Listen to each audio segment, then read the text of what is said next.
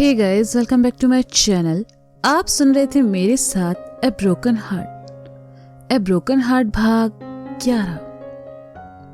ईशान और जिया लिफ्ट में थे। ईशान ने जिया का मुंह बंद कर रखा था और लिफ्ट नीचे जा रही थी। कुछ देर बाद लिफ्ट ग्राउंड फ्लोर पर आकर रुकी। लिफ्ट के दरवाजे खुले और ईशान जिया को साइड में कर लिफ्ट से बाहर निकल गया। जिया उसी लिफ्ट में खड़ी ईशान को जाते हुए दिखती रही और लिफ्ट के दरवाजे एक बार फिर बंद हो गए। कुछ देर पहले वह ईशान के करीब थी, सोचकर ही जिया के बदन में एक सिहरन सी दौड़ गई। उसने अपने दोनों हाथों की उंगलियों को आपस में फंसाकर अपनी ठोड़ी से लगाते हुए कहा, हाँ कितना प्यारा था वो। काश हम लिफ्ट में फंस जाते, हमेशा हमेशा के लिए। जिया ईशान के ख्यालों में खो गई। लिफ्ट 4th फ्लोर पर आकर रुकी। जिया मुस्कुराते हुए वापस आई। इस बार भी वह सीधा मीटिंग रूम में चली आई। उसने देखा माया के अलावा वहां कोई दूसरा नहीं है और माया अपना सर पकड़ी बैठी है। जिया उसके सामने आई और कहा, आई एम सो सॉरी, मैं आपको आपके ऑर्डर का बिल देना भूल गई थी। ये आपका bill. Have a good day. Maya ने जिया को देखा तो वह बिल टेबल पर रखकर तुरंत वहां से चली गई। जिया की वजह से आज की मीटिंग खराब हो गई और नया एड भी उसके हाथ से चला गया। माया ने वह बिल उठाया और गुस्से में उसे फाड़कर कहा, बेवकूफ लड़की, तुम्हारी वजह से आज मुझे सबके सामने शर्मिंदा होना पड़ा।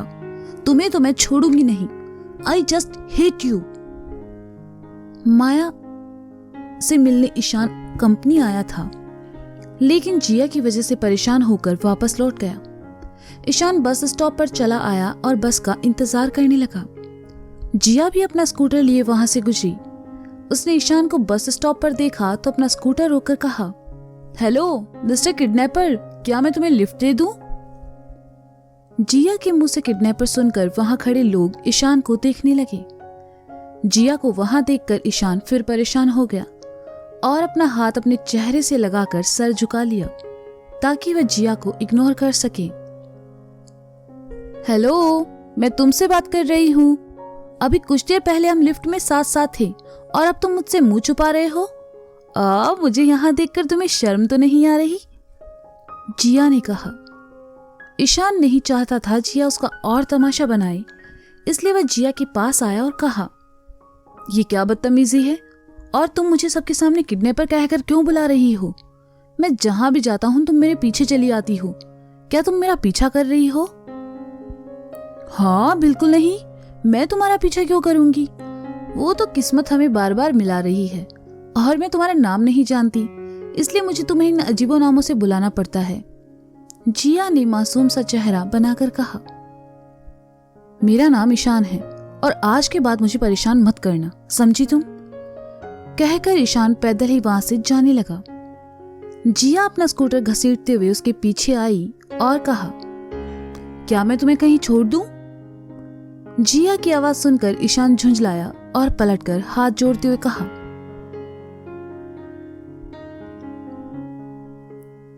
हाँ मेरे हाल पर छोड़ दो प्लीज। जिया ने अपना निचला होठ बाहर निकाला और ईशान को देखने लगी। ईशान वहां से चला गया। उसे तब तक देखती रही जब तक वो आंखों से ओझल नहीं हो गया। शाम ढलने लगी थी। कुछ देर बाद उसे याद आया कि उसे वापस रेस्टोरेंट भी जाना है। उसने जल्दी से अपना स्कूटर स्टार्ट किया और वहां से निकल गई। ईशान माया से ना मिल पाने की वजह से परेशान था। ऊपर से जिया ने उसे और परेशान कर दिया।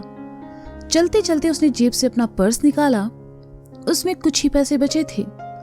ईशान फ्लैट न जाकर अपने पसंदीदा विंग चाइनीज रेस्टोरेंट में चला आया। उसने अपने लिए फ्राइड राइस और कॉफी ऑर्डर की। ऑर्डर आने में थोड़ा वक्त था। ईशान बैठकर इंतजार करने लगा। उसके पास न जॉब था न ही ज्यादा पैसे थे, इसलिए बहुत हिम्मत करके उसने अपनी मम्मी को फोन लगाया। कुछ देर रिंग जाती रही और फिर दूसरी तरफ से ईशान की मम्मी ने फोन उठाकर कहा, हेलो ईशान, कैसे हो? आज अचानक से तुम्हें तुम्हारी मॉम की याद कैसे आ गई? हाय मॉम, मैं ठीक हूँ। एक्चुअली मुझे कुछ पैसे चाहिए थे, ईशान ने झिझकते हुए कहा। ईशान की मम्मी कुछ कहती इससे पहले ही ईशान के पापा ने उनसे फोन लेकर कहा, अपनी माँ से पैसे मांगते हुए तुम्हें शर्म नहीं आती? Ishaan, you are an software engineer और दिल्ली क्या तुम कहीं भी रहकर एक अच्छा पैकेज कमा सकते हो। लेकिन नहीं, तुम्हें तो हमारी बात सुननी ही नहीं है, बस अपने मन की करनी है। कान खोलकर सुन लो, इस घर से तुम्हें एक पैसा नहीं मिलेगा। अपना सामान बांधो और वापस घर चले आओ। मैं फोन रखता हूं, कहकर ईशान ने फोन काट दिया। आज का दिन ही खराब था। कुछ देर बाद वेटर आया और ईशान के सामने खाना रखकर चला गया। ईशान बेमन से खाने लगा। उसे कुछ नहीं आ रहा था। ना माया उसे समझ आ रही थी, ना ही उसके डैड। ईशान बचपन से ही एक आरजे बनना चाहता था और लोगों को अपनी कहानियां सुनाना चाहता था। एक यही काम था जिसे ईशान पूरे दिल से करता था। लेकिन ईशान के डैड का मानना था कि एक आरजे की नौकरी में ईशान का कोई फ्यूचर नहीं है। उन्होंने ईशान को इंजीनियरिंग करवाई, लेकिन ईशान 1 महीने से ज्यादा कोई नौकरी नहीं कर पाता। बीती बातों के बारे में सोचते हुए उसने अपना खाना खत्म किया और बिल चुकाकर वहां से निकल गया। रात के 9 बज चुके थे। ईशान के पास ज्यादा पैसे नहीं थे, इसलिए वह पैदल ही चल पड़ा। बाहर काफी ठंड थी, इसलिए ईशान ने अपने दोनों हाथ कोट की जेब में डाल लिए और धीमे धीमे कदम बढ़ाते हुए चल पड़ा। वह रेस्टोरेंट से बाहर बने फुटपाथ पर चला आया। आज ईशान का मन रोजाना से ज्यादा उदास था। वह खामोशी से फुटपाथ पर चलते रहा। चलते चलते उसने एक नजर गमले के पास मफलर में लिपटे पिल्ली को देखा और आगे बढ़ गया। आज हमेशा की तरह ईशान उसके पास नहीं रुका, ना ही कुछ कहा। उदासी उसके चेहरे से साफ झलक रही थी। वह माया के बारे में सोचता जा रहा था। इन दिनों माया का बर्ताव काफी अजीब था और ये बात ईशान को काफी परेशान कर रही थी। नवंबर का महीना था और सर्दियों के दिन थे, इसलिए सड़कों पर दुकानें भी जल्दी बंद हो जाती थी। रेस्टोरेंट से ईशान का फ्लैट काफी दूर था। पैदल चलते हुए वह मिस्टर दयाल के रेस्टोरेंट के सामने से गुजरा तो उसे एकदम से जिया याद आ गई। उसकी आंखों के सामने आज लिफ्ट में घटी घटना घूमने लगी। ईशान वहीं रुककर रेस्टोरेंट के दरवाजे को देखने लगा। उसे लगा जैसे वह अजीब लड़की एकदम से दरवाजे से बाहर निकल आएगी। क्या आप इस रेस्टोरेंट में कुछ खाना पसंद करेंगे? दरवाजे पर खड़ी सोफी ने कहा। सोफी की आवाज से ईशान की तंद्रा टूटी। वह अपने ख्यालों से बाहर आया और कहा, नहीं शुक्रिया। सोफी ने देखा ये वही लड़का था जो उस दिन जिया का आईडी कार्ड लेकर आया था। ईशान वहां से चला गया। रेस्टोरेंट में काम करने के बाद बाकी लोग वहां से जा चुके थे, बस सोफी बची थी। सोफी भी अंदर चली आई और मिस्टर दयाल से कहा, मिस्टर दयाल, मैंने यहाँ का सब काम खत्म कर दिया है, अब मुझे चलना चाहिए। हाँ, आज तुम्हें कुछ ज्यादा ही देर हो गई। इतनी रात में तुम अकेले रेस्टोरेंट जाओगी? एक काम करो, तुम स्कूटर ले जाओ, सुबह वापस ले आना। मिस्टर दयाल ने अपनेपन से कहा। आपका शुक्रिया मिस्टर दयाल, मैं चलती हूँ, गुड नाइट। सोफी ने मुस्कुराते हुए कहा। गुड नाइट, मिस्टर दयाल ने कहा। सोफी स्कूटर लेकर वहां से निकल गई और मिस्टर दयाल रेस्टोरेंट बंद कर ऊपर बने अपने घर में चले आए। सोफी अपना स्कूटर लिए चली जा रही थी। वह बिल्कुल ईशान के बगल से निकली, लेकिन अंधेरा होने की वजह से उसने ध्यान नहीं दिया और आगे बढ़ गई। कुछ दूर जाकर स्कूटर बंद पड़ गया। ये एक सुनसान रास्ता था जहां से रात में बहुत कम लोग गुजरते थे। सोफी घबरा गई, लेकिन हिम्मत करके स्कूटर से नीचे उतरी और उसे देखने लगी। सोफी को कुछ समझ नहीं आया। ये मैं कहां फंस गई? मुझे यहाँ किसी से मदद लेनी चाहिए ताकि मैं वक्त पर घर जा सकूं। सोफी ने खुद से कहा और साइड आकर मदद के लिए यहाँ वहां देखने लगी।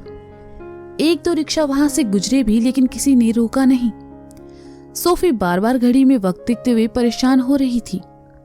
कुछ देर बाद 2 लड़के वहां आए और सोफी को अकेला देखकर उसके इर्द गिर्द घूमने लगे।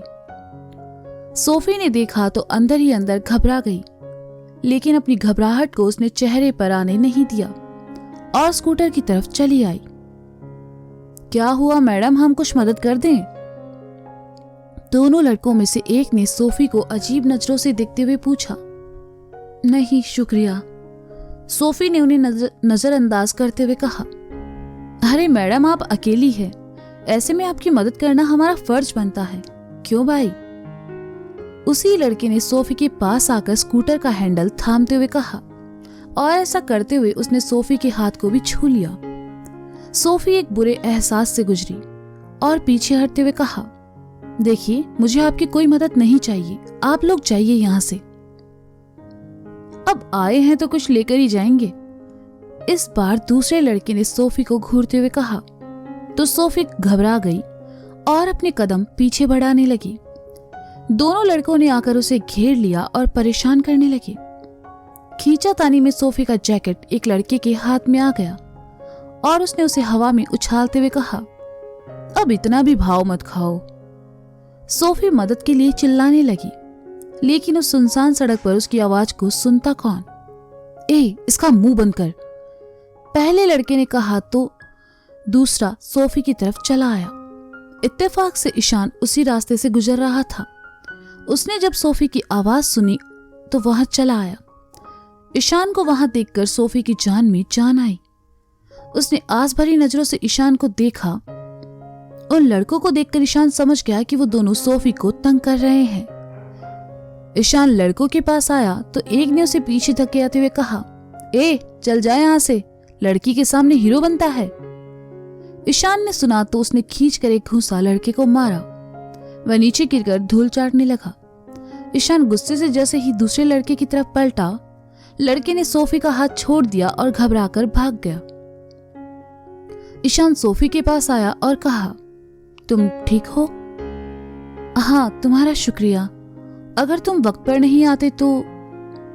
सोफी ने घबराए हुए स्वर में कहा, वैसे तुम्हें इतनी रात में अकेले इस रूट पर नहीं जाना चाहिए, ये सेफ नहीं है।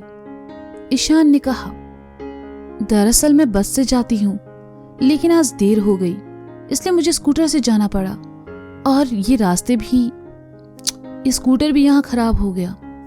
सोफी ने उदास होकर कहा। सोफी की बात सुनकर ईशान स्कूटर की ओर चला आया। उसने किक मारकर स्कूटर स्टार्ट करने की कोशिश की, लेकिन वो नहीं हुआ। ईशान कोशिश करता रहा और कुछ देर बाद स्कूटर स्टार्ट हो गया। सोफी ईशान के पास आई और कहा, तुम्हारा शुक्रिया। ईशान ने देखा सोफी ने बस एक पतली टी शर्ट पहन रखी है। उसका जैकेट लड़कों ने कहीं फेंक दिया था। ईशान ने अपना कोट उतारा और सोफी की तरफ बढ़ाकर कहा, काफी ठंड है, तुम ये पहन लो। लेकिन तुम्हें भी तो ठंड लगेगी ना? सोफी ने कहा, मेरा फ्लैट पास में ही है, मैं चला जाऊंगा, तुम्हें इसकी जरूरत पड़ेगी। ईशान ने कोट सोफी की तरफ करके कहा। सोफी ने झिझकते हुए कोट लिया और पहनते हुए कहा, मैं कल तुम्हें इसे लौटा दूंगी। अब तुम्हें निकलना चाहिए। ईशान ने घड़ी में वक्त देखते हुए कहा। सोफी अपना स्कूटर लेकर वहां से निकल गई। ईशान भी तेज कदमों से दूसरी तरफ बढ़ गया। सुबह से ईशान उदास था, लेकिन सोफी की मदद करके उसे अब अच्छा लग रहा था। तो दोस्तों, ये था ए ब्रोकन हार्ट भाग 11। इसका अगला भाग आप जल्द ही सुनेंगे मेरे साथ। तब तक के लिए शुक्रिया, बाय बाय, अपना ख्याल रखिए और हाँ, सुनते रहें ए ब्रोकन हार्ट मेरे साथ। Bye bye.